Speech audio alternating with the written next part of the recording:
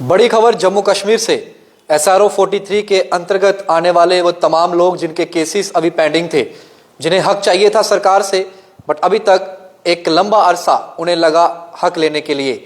सरकार अब action mode में नजर आ रही है और एक कमेटी का गठन किया गया है। और कमेटी का गठन इस वजह से किया गया है कि जो पिछले सालों से लगभग 2000 के आसपास ये केसेस हैं जो SRO 43 के अंतर्गत आते हैं, उन्हें सरकार अब जो है वो हल कर सकती है। ऐसा टॉप सोर्सेज से खबर हमारे पास पहुंच रही है। मैं आपको बताना चाहूंगा कि ये जो केसेस हैं इनमें अपॉइंटमेंट ऑर्डर्स जो थे वो दिए जाने थे। लगभग 2000 ऐसे लोग थे जिनमें से कुछ जो थे उनके परिवार वालों को कुछ को पेंशन मिलनी थी, और कुछ लोग ऐसे थे जो मिलिटेंसी का शिकार हुए, जो परमानेंट रेजिडेंट सिविलियंस थे, उनके परिवार के लोग थे। कुछ लोग देश के लिए जान न्यौछावर कर गए LOC के ऊपर, वो लोग थे। पैरामिलिट्री के जवान थे हमारे जो शहीद हो गए, जिन्होंने अपनी जान न्यौछावर कर दी, उनके परिवार को उनका हक मिलना था। जो SRO 43 के अंतर्गत आने थे ये तमाम लोग, उन लोगों को अब सरकार हक दे सकती है, ऐसा हमारे पास खबर पहुंच रही है। मैं आपको बताना चाहूंगा SRO 43 के अंदर जो रूल्स हैं उसमें यह कहा जाता है आर्म फोर्सेज यानी कि नेवी, मिलिट्री, एयरफोर्स के जवान, पैरामिलिट्री फोर्सेज यानी कि force constituted under any law for the time being in force made by the competent legislature. इसके अलावा परमानेंट रेजिडेंट यानी कि जम्मू कश्मीर के अंदर अगर मैं रहता हूं, मेरे पास डोमिसाइल है, तो मैं इसका परमानेंट रेजिडेंट हुआ।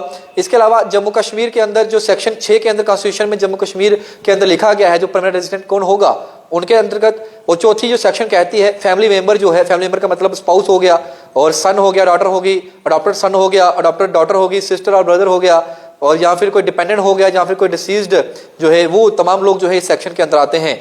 और जो रूल्स थे, रूल्स में साफ तौर पे ये लिखा गया था कि सरकार पावर देती है उन लोगों को ताकि SRO 43 के अंदर जो अपॉइंटमेंट्स थी, जो बैकलॉग्स पड़े हुए थे, उन्हें सरकार जल्द से जल्द जो है वो हल कर सकती है। क्योंकि कंपनसेट जो थी अपॉइंटमेंट्स की वो अभी तक नहीं हुई थी, और लगातार रिक्वेस्ट जो थी यूथ द्वारा वो की जा रही थी, क्योंकि लगभग SRO 43 के तहत 2000 ऐसे लोग थे जिन्हें उनका हक मिलना था। सरकार अब एक पॉलिसी जो थी उसने इंट्रोड्यूस की थी ताकि अपॉइंटमेंट्स जो है उन्हें कॉम्पनसेट किया जाए।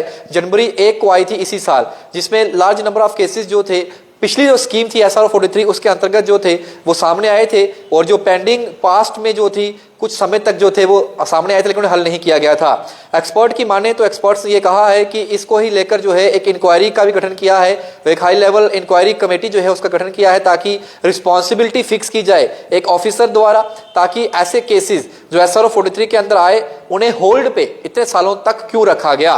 तो ये एक बड़ी खबर है SRO 43 के अंतर्गत। अगर आप लोग भी इंतजार कर रहे थे कि आपके परिवार का कोई सदस्य जो आज इस दुनिया में नहीं रहा, जिसने जो मिलिटेंसी का शिकार हुआ, जिसने देश के लिए जान न्यौछावर कर दी, या फिर कोई और कारणवश जो है उससे वो 43 के अंतर्गत SRO 43 के अंतर्गत आता था, उसे हक चाहिए था, लेकिन पिछले कई सालों से उन्हें अपॉइंटमेंट लेटर नहीं दिए गए।